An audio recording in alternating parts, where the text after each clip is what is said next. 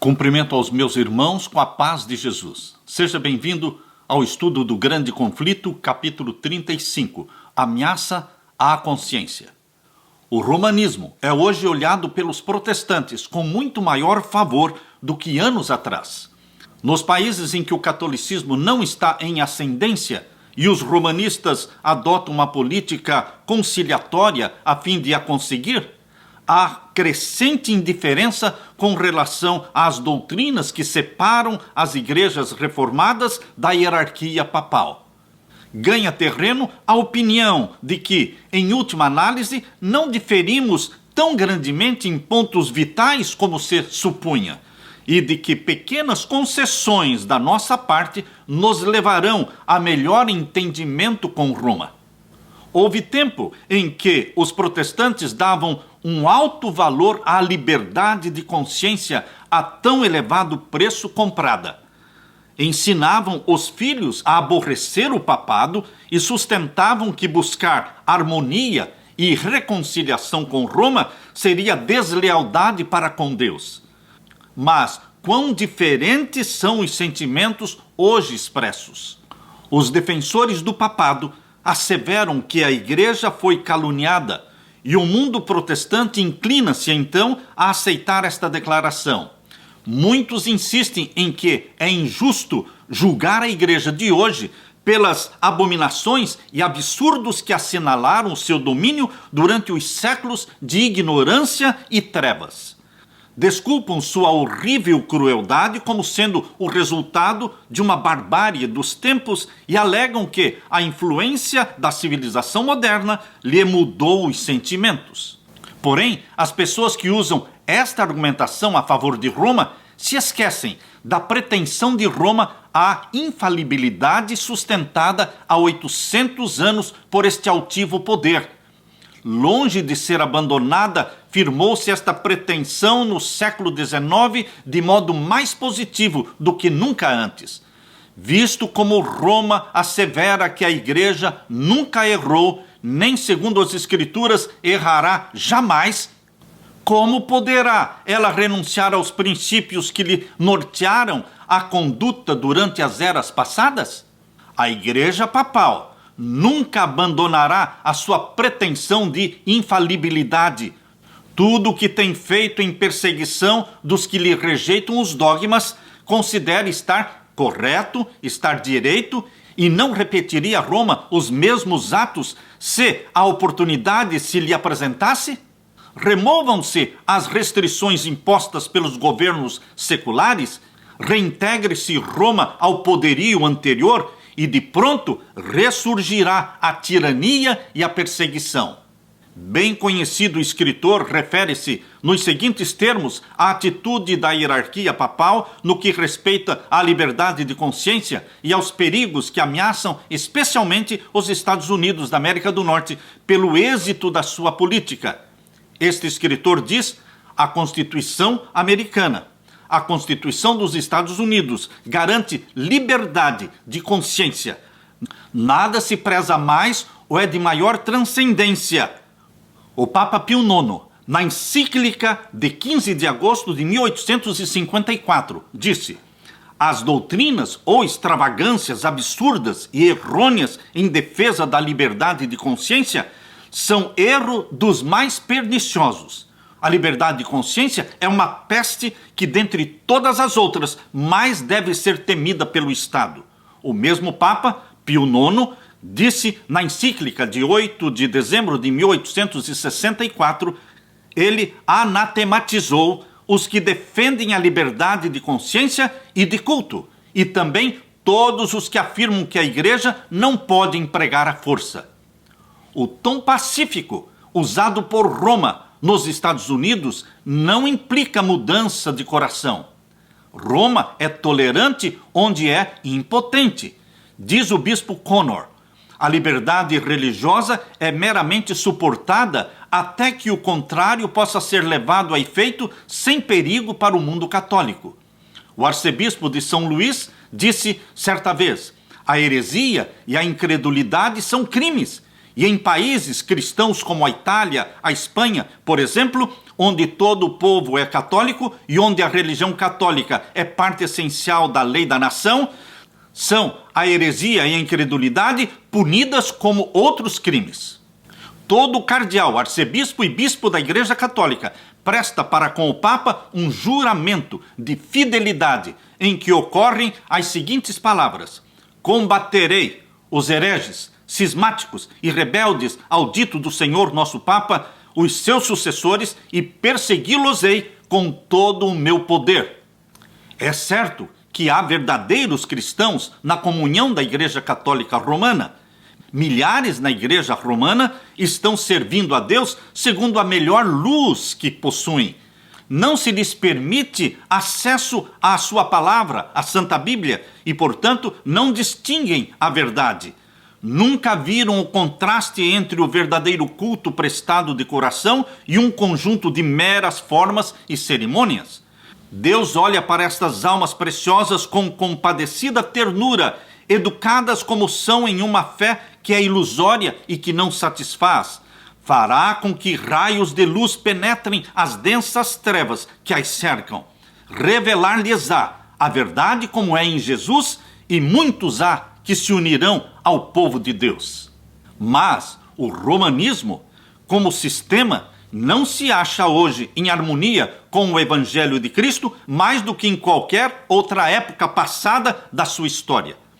As igrejas protestantes estão em grandes trevas, pois do contrário discerniriam os sinais dos tempos.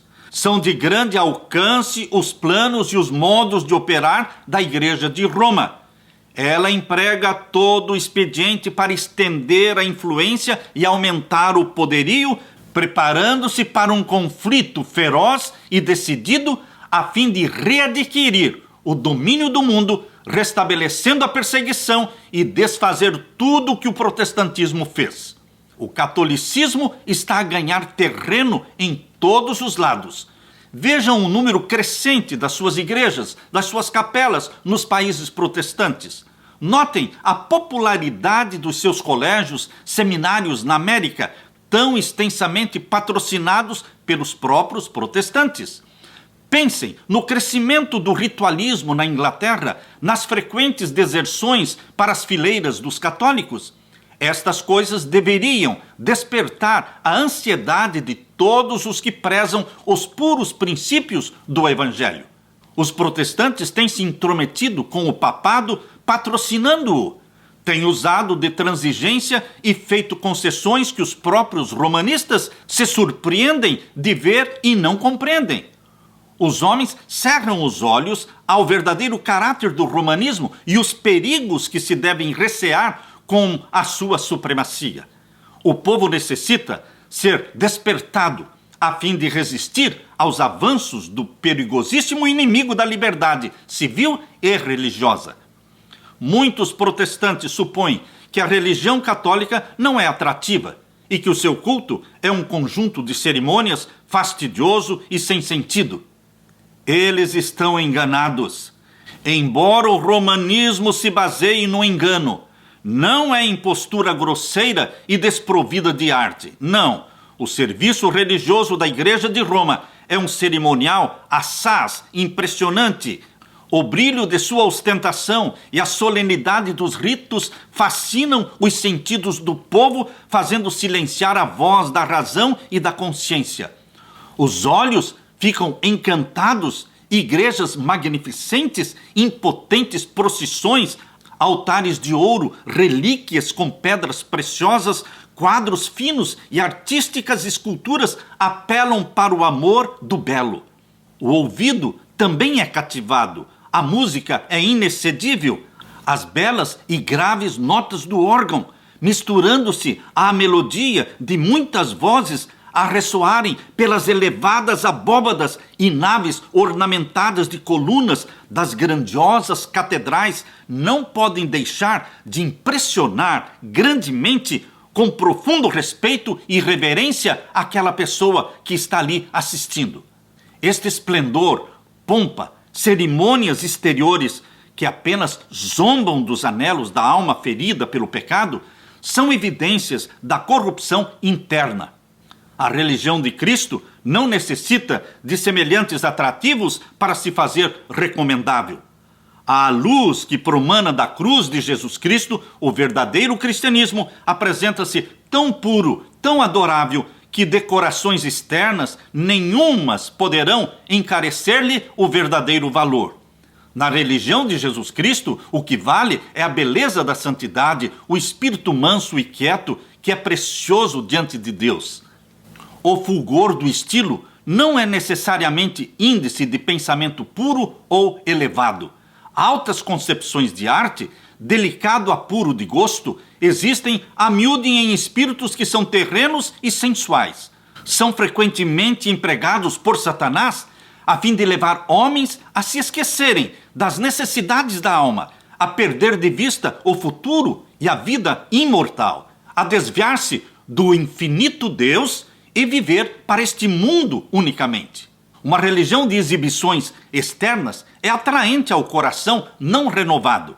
A pompa e cerimonial do culto católico tem um sedutor, fascinante poder pelos quais são enganados muitos que chegam a considerar a Igreja Romana como a própria porta do céu. Ninguém, a não ser os que têm os pés firmados nos fundamentos da verdade e o coração renovado pelo Espírito Santo, se acha ao abrigo e protegido da influência romana. Milhares que não têm um conhecimento experimental com Cristo serão levados a aceitar as formas de piedade romana sem a sua eficácia. Esta é a religião que precisamente desejam as multidões. A pretensão da Igreja de Roma ao direito de perdoar pecados leva o romanista a se sentir com liberdade de continuar pecando, e a ordenança da confissão, sem a qual o perdão não é conferido, tende igualmente a dar livre curso ao mal. O que se ajoelha diante de um mortal e revela em confissão os pensamentos e imaginações secretos do coração, está aviltando a sua varonilidade, degradando todo o nobre instinto da alma, desvendando os pecados da sua vida para um sacerdote que é mortal, falível, pecador e muito frequentemente corrompido pelo vinho e licenciosidade.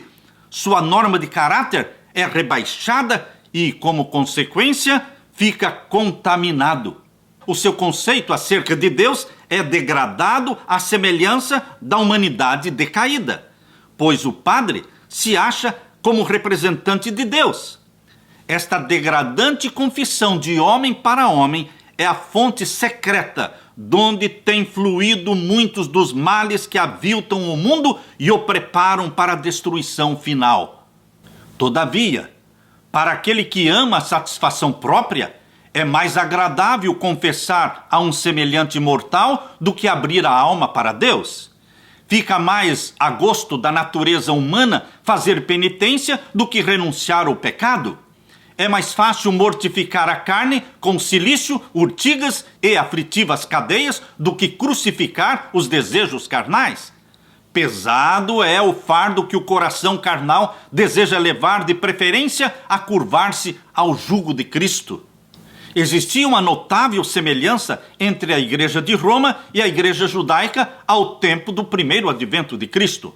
Ao passo que os judeus secretamente conculcavam todos os princípios da lei de Deus, eles eram exteriormente rigorosos na observância dos seus preceitos, sobrecarregando-a com exorbitâncias e tradições que tornavam difícil e penosa a obediência. Assim como os judeus professavam reverenciar a lei, pretendem os romanistas reverenciar a cruz. Exaltam o símbolo dos sofrimentos de Cristo, enquanto no viver estão negando àquele a quem a cruz representa. Os romanistas colocam cruzes sobre as igrejas, sobre os altares, sobre as vestes. Por toda parte se vê a insígnia da cruz. Por toda parte é ela exteriormente honrada e exaltada. Mas os ensinos de Cristo estão sepultados sob um montão de tradições destituídas de sentido, falsas interpretações e rigorosas exigências. As palavras de Jesus Cristo com relação aos fanáticos judeus aplicam-se com maior força ainda aos chefes da igreja de Roma. Jesus disse: atam fardos pesados e difíceis de suportar e os põem sobre os ombros dos homens. Eles, porém, nem com o dedo os querem mover. Mateus 23, verso 4. Almas conscienciosas são conservadas em constante terror, temendo a ira de um Deus que foi ofendido, enquanto muitos dos dignitários da igreja estão a viver no luxo e em prazeres sensuais. O culto das imagens, das relíquias, a invocação dos santos, a exaltação do Papa são ardis de Satanás para desviar de Deus e do seu Filho a mente do povo. Para efetuar sua ruína, esforça-se por arredar sua atenção daquele por meio de quem unicamente podem encontrar salvação. Dirigirá as almas para qualquer objeto pela qual possa ser substituído aquele que disse: vinde a mim, todos os que estáis cansados e oprimidos, eu vos aliviarei. Mateus 11, 28. É o constante esforço de Satanás representar falsamente o caráter de Deus, a natureza do pecado e os resultados finais em jogo no grande conflito. Seus sofismas diminuem a obrigação da lei divina, dando ao homem a licença para pecar. Ao mesmo tempo, fala Satanás acariciar falsas concepções acerca de Deus, de maneira que o considera com temor e ódio, em vez de considerar a Deus com amor. A crueldade inerente ao próprio caráter de Satanás é atribuída ao Criador. Aparece incorporada aos vários sistemas de religião e expressa nas diversas formas de culto. Sucede assim que a mente dos homens é cegada e Satanás deles se aproveita como agentes para guerrear contra Deus, por meio de concepções pervertidas acerca dos atributos divinos. Foram as nações gentílicas levadas a crer serem os sacrifícios humanos necessários para alcançar o favor da divindade. E horríveis crueldades têm sido perpetradas sob as várias formas de idolatria.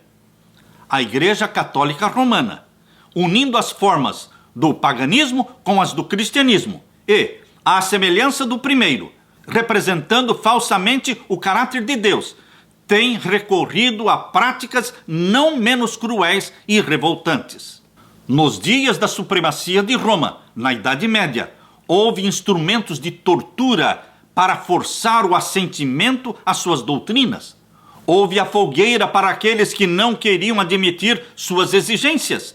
Houve massacres em proporções que jamais serão conhecidos até que se revelem no dia do juízo. Os dignitários da igreja, dirigidos por seu chefe, que é Satanás, dedicavam-se a inventar meios para produzir a maior tortura possível antes de pôr termo à vida das vítimas. Em muitos casos, o processo infernal era repetido ao limite extremo da resistência humana, até que a natureza capitulava na luta e o sofredor saudava a morte como se fosse um alívio. Esta era a sorte dos que discordavam de Roma. Para os seus adeptos, tinha ela a disciplina do açoite, da fome, das austeridades corporais e de todas as formas imagináveis, cujo aspecto punge o coração. Para conseguir o favor do céu, os penitentes romanistas violavam as leis de Deus, transgredindo as leis da natureza. Eram ensinados a romper com os laços que ele, Deus, fizera para abençoar e alegrar a permanência do homem na terra. Os cemitérios das igrejas de Roma contêm milhões de vítimas que passaram a vida em vãos esforços para subjugar as afeições naturais, para reprimir, como se fosse ofensivo a Deus, todo pensamento e sentimento de simpatia para com o semelhante. Se quisermos compreender a decidida crueldade de Satanás, manifestada no transcurso dos séculos, não entre os que jamais ouviram algo acerca de Deus, mas no próprio coração da cristandade e através da mesma em toda a sua extensão, temos apenas de olhar para a história do romanismo. Por meio deste gigantesco sistema de engano, o príncipe do mal leva a efeito seu propósito de acarretar a desonra a Deus e a desgraça para os homens. E, vendo nós como consegue se disfarçar e realizar a sua obra por intermédio dos dirigentes da igreja, melhor podemos compreender o motivo de ter tão grande aversão às Escrituras Sagradas. Se este livro, a Bíblia, for lido, a misericórdia e amor de Deus serão revelados. Ver-se-á que Deus não impõe aos homens nenhum desses pesados fardos. Tudo o que Deus requer é um coração quebrantado, contrito, um espírito humilde e obediente. Cristo não dá em sua vida nenhum exemplo que autorize os homens e mulheres a se encerrarem em mosteiros sob o pretexto de se prepararem para o céu. Jamais Jesus ensinou que o amor e a simpatia devem ser reprimidos. O coração de Jesus transbordava de amor e de simpatia. Quanto mais os homens se aproximam da perfeição moral, mais acentuada é a sua sensibilidade, mais aguda a percepção do pecado e mais profunda a simpatia para com os aflitos. O Papa pretende ser o vigário de Cristo na terra. Mas como se poderá comparar o seu caráter com o caráter do nosso Salvador Jesus? Viu-se alguma vez Jesus Cristo condenar os homens à prisão ou ao instrumento de tortura simplesmente porque não lhe renderam homenagem como Rei do céu? Acaso foi a voz de Jesus ouvida a sentenciar à morte os que não o aceitaram? Quando Jesus foi menosprezado pelo povo da aldeia samaritana, o apóstolo São João se encheu de ira e ele disse para Jesus: Senhor, queres que digamos que desça fogo do céu e consuma como Elias também o fez? Jesus olhou compassivo para o discípulo e censurou-lhe a severidade, dizendo: o Filho do Homem não veio para destruir as almas dos homens, mas para salvá-las. Lucas 9, 54 e 56. Quão diferente do Espírito manifestado por Cristo é o Espírito daquele que diz ser vigário de Cristo. A Igreja de Roma apresenta hoje ao mundo uma fronte serena, cobrindo de justificações o registro das suas horríveis crueldades do passado. Vestiu-se hoje Roma com roupagens de aspecto cristão, porém Roma não mudou. Todos os princípios formulados pelo papado em épocas passadas existem ainda hoje. As doutrinas inventadas nas tenebrosas eras ainda são mantidas. Ninguém deve se iludir. O papado que os protestantes hoje se acham tão prontos para honrar é o mesmo papado que governou o mundo nos dias da Reforma Protestante, quando homens de Deus se levantavam com perigo de vida a fim de denunciar a sua iniquidade. Possui o mesmo orgulho e arrogante presunção que dele fizeram senhor sobre reis e príncipes e reclamaram as prerrogativas de Deus. O espírito do papado hoje não é menos cruel, não é menos despótico do que quando arruinou a liberdade humana e matou os santos do Altíssimo. O papado é exatamente o que a própria profecia declarou que havia de ser: a apostasia dos últimos tempos, 2 Tessalonicenses 2, 3 e 4. Faz parte da política de Roma assumir o caráter que melhor cumpra o seu propósito, mas, sob a aparência variável do camaleão, Roma oculta o invariável veneno da serpente. Não se deve manter a palavra empenhada aos hereges, diz Roma, nem com pessoas suspeitas de heresias. Roma declara: não se deve manter a palavra empenhada aos hereges, nem com pessoas suspeitas de heresias. Deverá esta potência, cujo registro milenar se acha escrito com o sangue dos santos, deverá ela ser hoje reconhecida como parte da Igreja de Cristo? Não é sem motivo que se tem feito nos países protestantes a alegação de que o catolicismo difere hoje menos dos protestantes do que nos tempos passados. Houve uma mudança, mas esta mudança não se verificou no papado.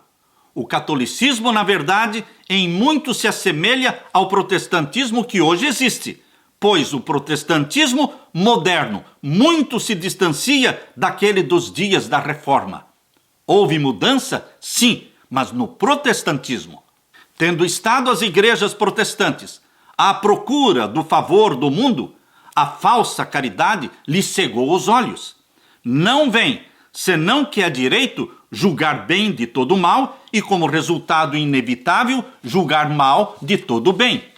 Em vez de permanecer em defesa da fé que uma vez foi entregue aos santos, estão hoje os protestantes, por assim dizer, justificando Roma por motivo da sua opinião inclemente para com ela e rogando perdão pelo seu fanatismo. Uma numerosa classe, mesmo dentre os que consideram o romanismo sem favor, pouco perigo percebe em seu poderio e na sua influência.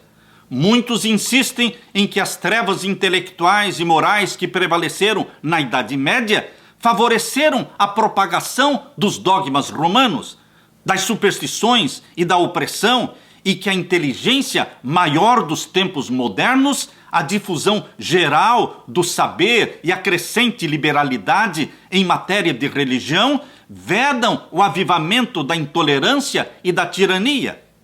O próprio pensamento de que tal estado de coisas venha a existir nesta era esclarecida em que vivemos hoje é ridicularizado.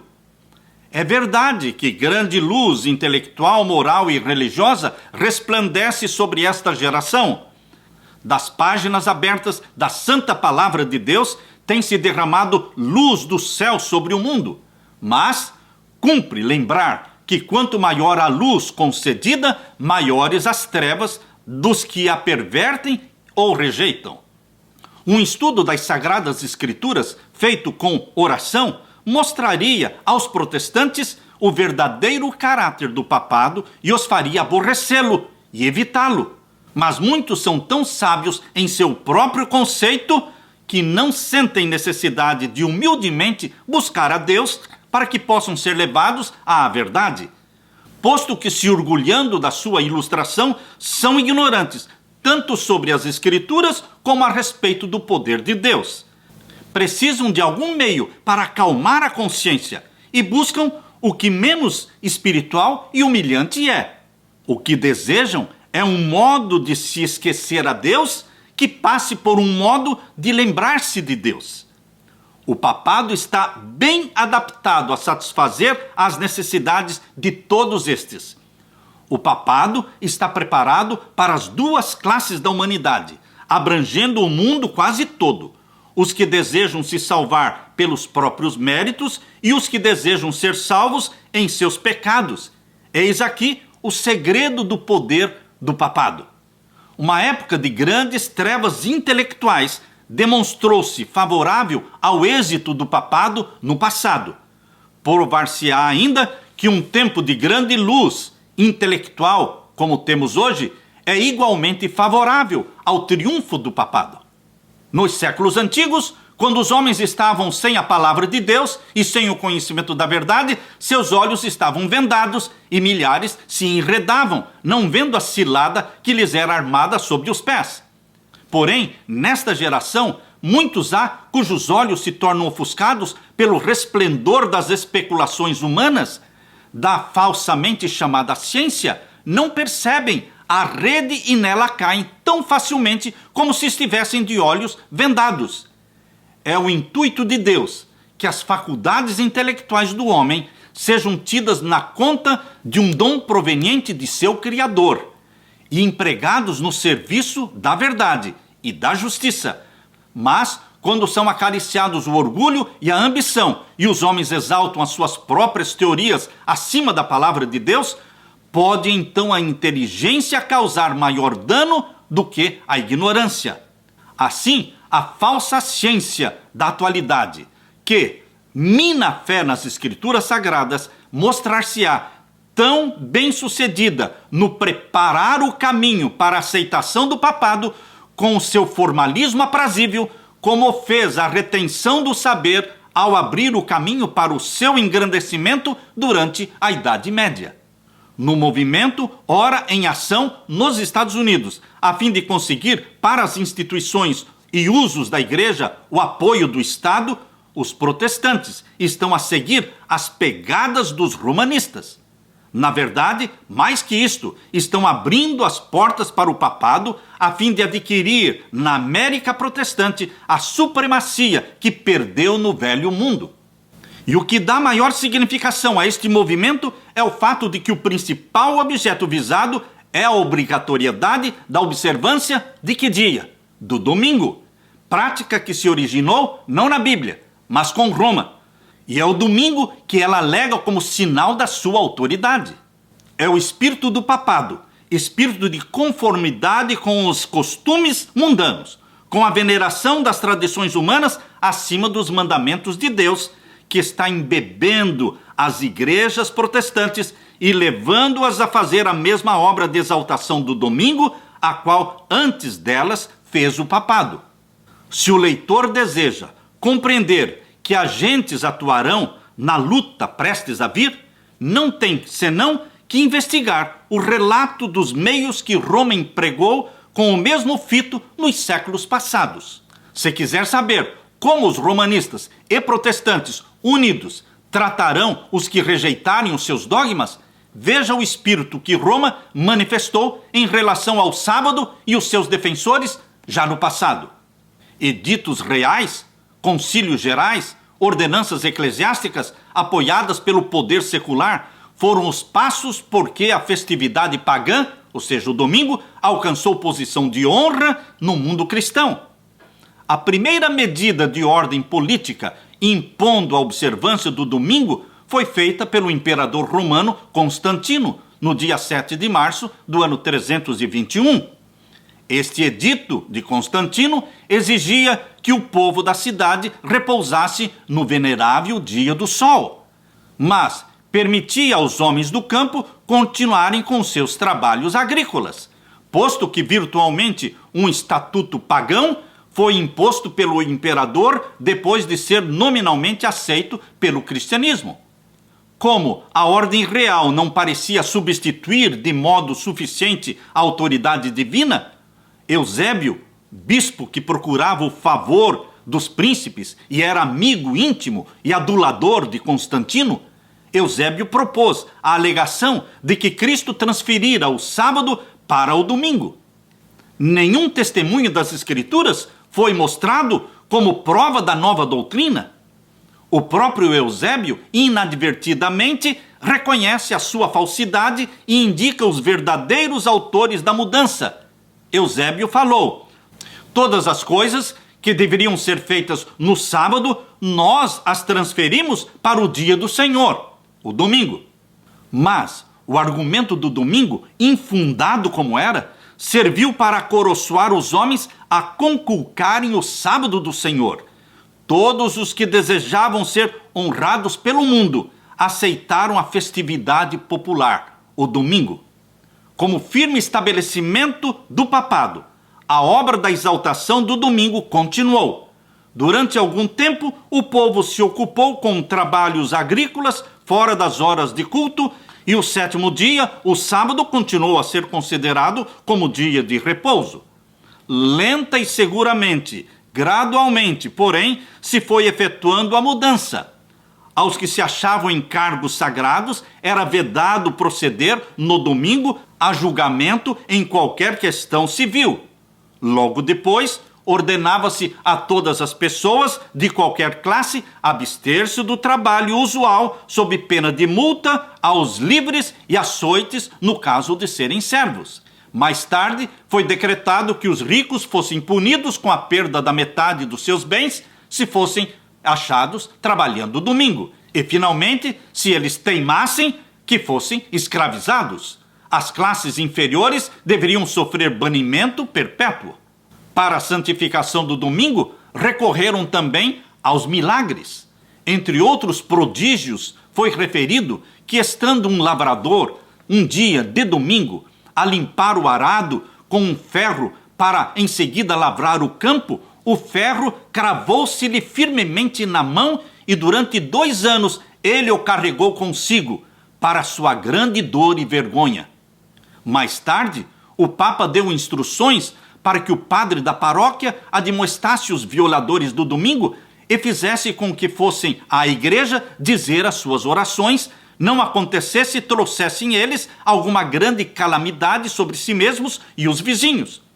Um concílio eclesiástico apresentou o argumento, desde então muito largamente empregado, mesmo pelos protestantes, de que, tendo pessoas sido fulminadas por raios enquanto estavam trabalhando no domingo, deve este dia ser um dia de repouso. É evidente, diziam os prelados, quão grande foi o desprazer de Deus pela sua negligência quanto a este dia. Fez-se então o apelo para que os padres e ministros, reis e príncipes e todo o povo fiel empregassem os maiores esforços e cuidado a fim de que o dia de domingo fosse restabelecido à sua honra e para crédito do cristianismo mais dedicadamente observado no futuro.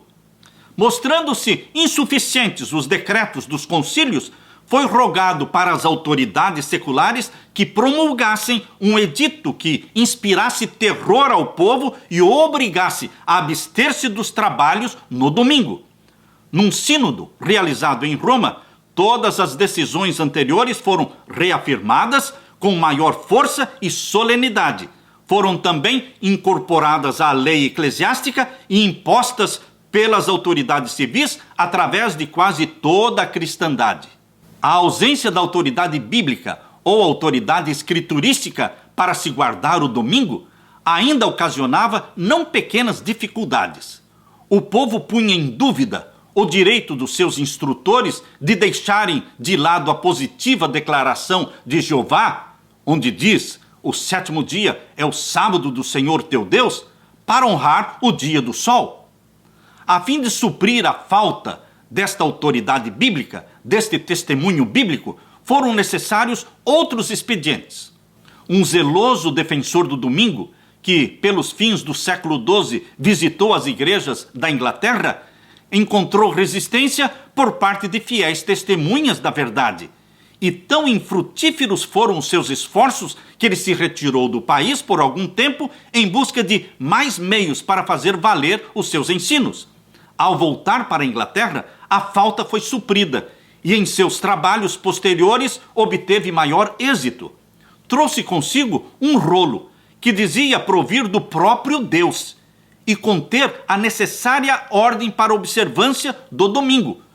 Tendo ali, neste rolo, que veio de Deus, dizia ele, tinha ali terríveis ameaças para amedrontar o desobediente. Este precioso documento, fraude tão vil como a instituição que apoiava, dizia-se haver caído do céu e sido achado em Jerusalém, sobre o altar de São Simeão, no Gólgota. Mas, em realidade, o Palácio Pontifical em Roma foi a fonte de onde procedeu este rolo falso.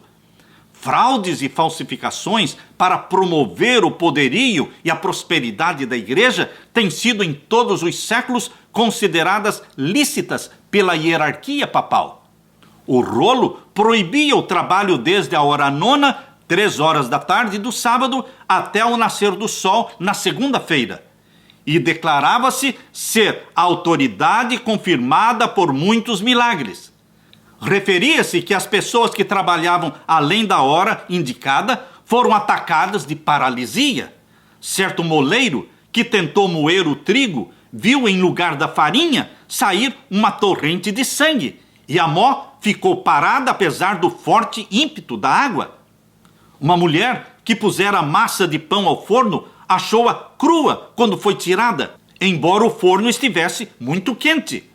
Outra que tinha massa preparada para cozer a hora nona, mas resolvera deixá-la de lado até segunda-feira, encontrou-a no dia seguinte transformada em pães e estava cozida pelo poder divino.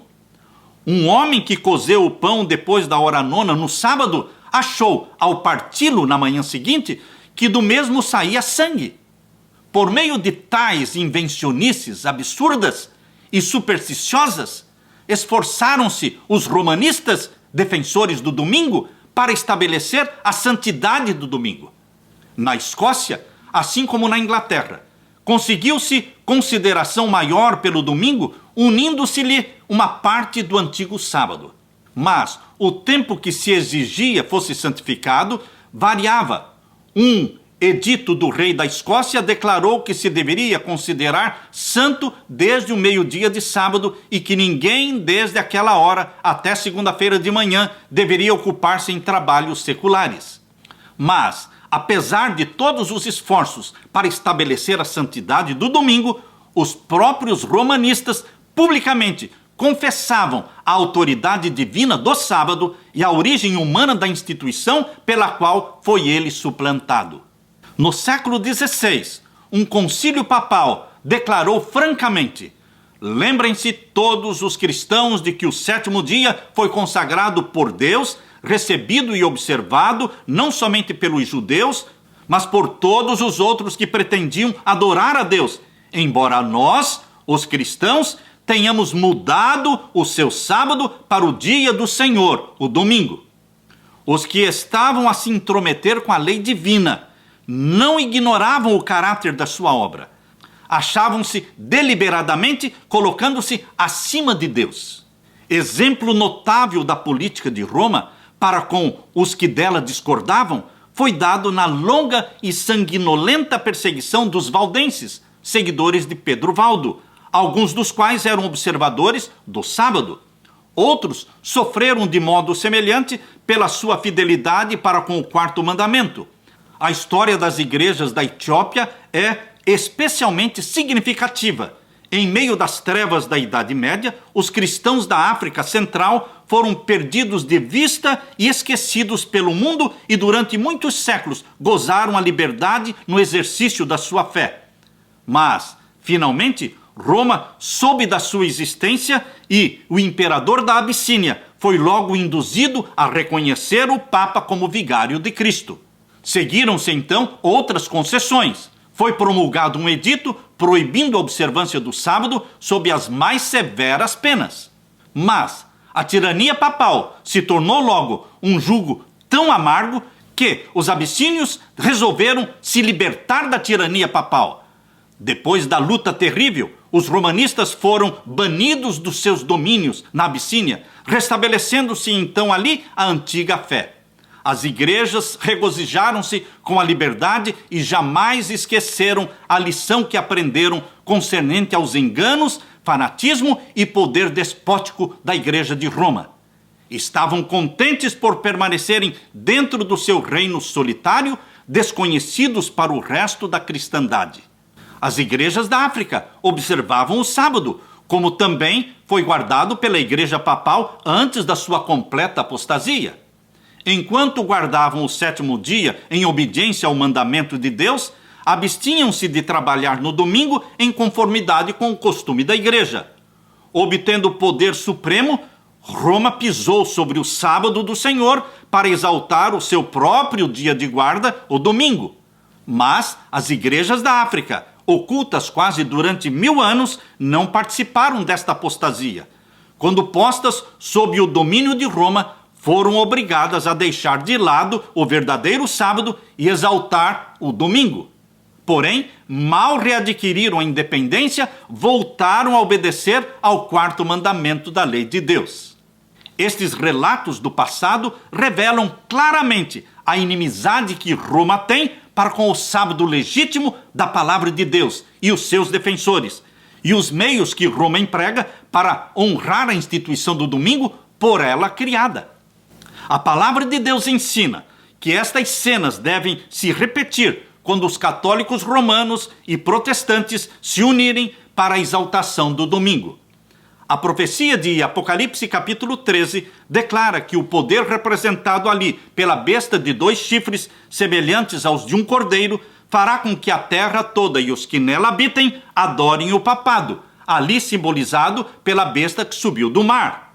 A besta de 2 chifres, semelhantes a um cordeiro, dirá aos que habitam na terra que façam uma imagem à besta, e ainda mais, mandará a todos, pequenos e grandes, ricos e pobres, livres e servos, que recebam o sinal da besta. Apocalipse 13, 11 a 16.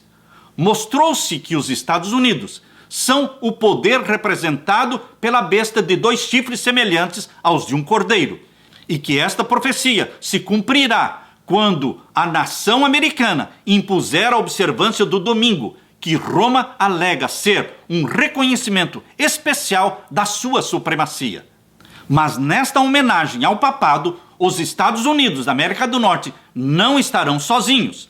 A influência de Roma nos países que uma vez já lhe reconheceram o domínio está ainda longe de ser destruída. E a profecia prevê uma restauração do seu poder. A Bíblia diz: vi uma das suas cabeças como que ferida de morte, e a sua chaga mortal foi curada, e toda a terra se maravilhou após a besta. Apocalipse 13, 3.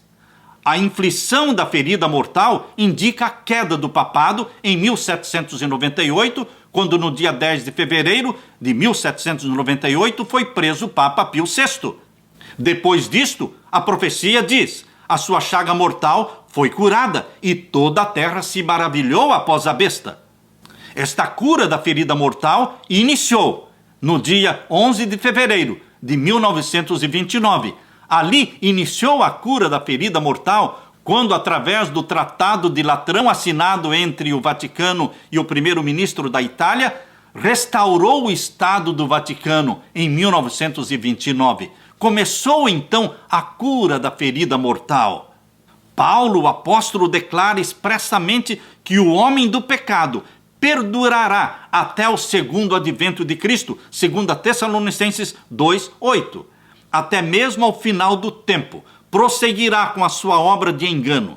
E diz o escritor do Apocalipse, referindo-se também ao papado: adoraram-na todos os que habitam na terra, esses cujos nomes não estão inscritos no livro da vida. Apocalipse 13:8. Tanto no velho mundo como no novo mundo, o papado receberá homenagem pela honra prestada à instituição do domingo, que repousa unicamente na autoridade da Igreja de Roma. Durante mais de meio século, investigadores das profecias nos Estados Unidos têm apresentado ao mundo este testemunho. Nos acontecimentos que ora estão a ocorrer, percebe-se rápido progresso no sentido do cumprimento da profecia. Com os ensinadores protestantes, existe a mesma pretensão de autoridade divina para guardar o domingo e a mesma falta de provas bíblicas que há com os chefes papais que forjavam os milagres para suprir a falta do mandamento de Deus. A afirmação de que os juízos de Deus caem sobre os homens por causa da transgressão do repouso dominical será repetida. Já se ouvem vozes neste sentido. E o movimento para impor a observância do domingo está rapidamente ganhando terreno. A sagacidade e astúcia da Igreja de Roma são surpreendentes. Ela sabe ler o futuro, aguarda o seu tempo certo, vendo que as igrejas protestantes lhe estão prestando homenagem com o aceitar o falso sábado e se preparam para impô-lo pelos mesmos meios que ela própria empregou em tempos passados. Os que rejeitam a luz da verdade procurarão ainda o auxílio deste poder que a si mesmo se intitula infalível, a fim de exaltarem uma instituição que se originou com a própria Roma. Quão prontamente virá esse poder em auxílio dos protestantes nesta obra, não é difícil imaginar. Quem compreende melhor do que os dirigentes papais como tratar com os que são desobedientes à Igreja? A Igreja Católica Romana, com todas as suas ramificações pelo mundo inteiro, forma uma vasta organização dirigida da Sé Papal e destinada a servir aos interesses do Vaticano. Seus milhões de adeptos em todos os países do globo são instruídos a se manterem sob obrigação de obedecer ao Papa somente. Qualquer que seja a sua nacionalidade ou governo, devem considerar a autoridade da Igreja, a Igreja Papal, acima de qualquer outra autoridade.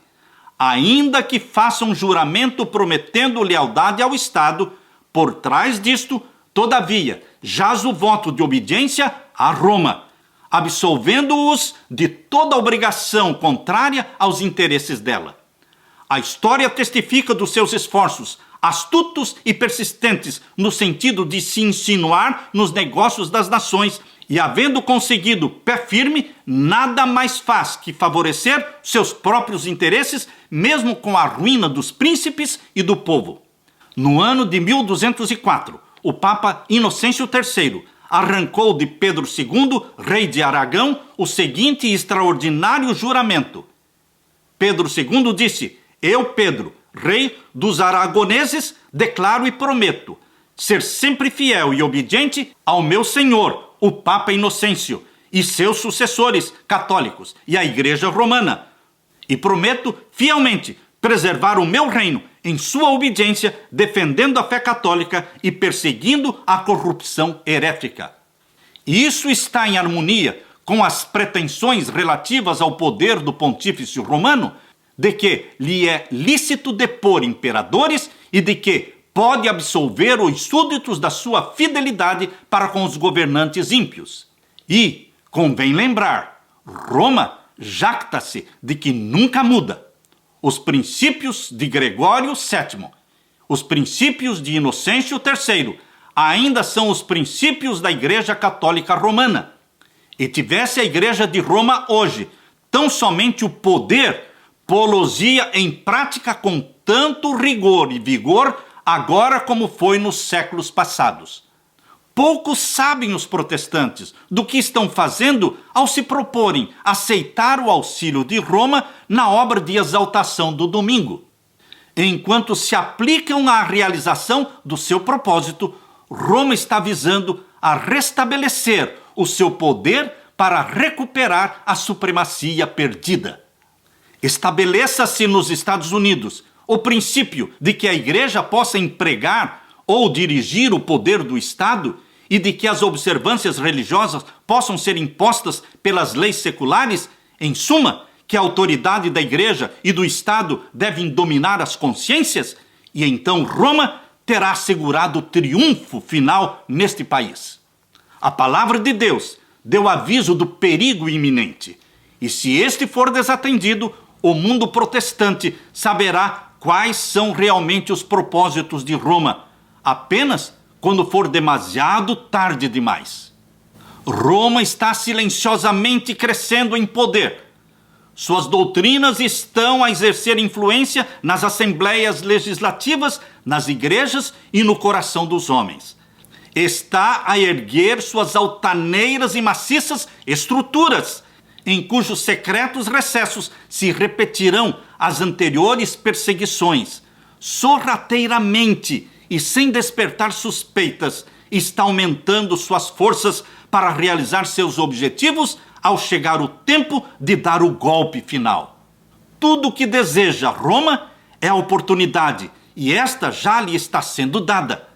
Logo veremos e sentiremos qual é o propósito do romanismo. Quem quer que creia na palavra de Deus e a ela obedeça, incorrerá por este motivo em censura e perseguição. Deus nos proteja, meus queridos irmãos. Deus nos sustente firmes na fé em Jesus Cristo e na crença da palavra de Deus, aguardando a volta de Jesus. Terrível será a perseguição neste tempo final, mas Deus conservará, através do poder do Espírito Santo, a você, a mim e a todos aqueles que exaltam a palavra de Deus acima de tudo e acima de todos. Que Deus te abençoe.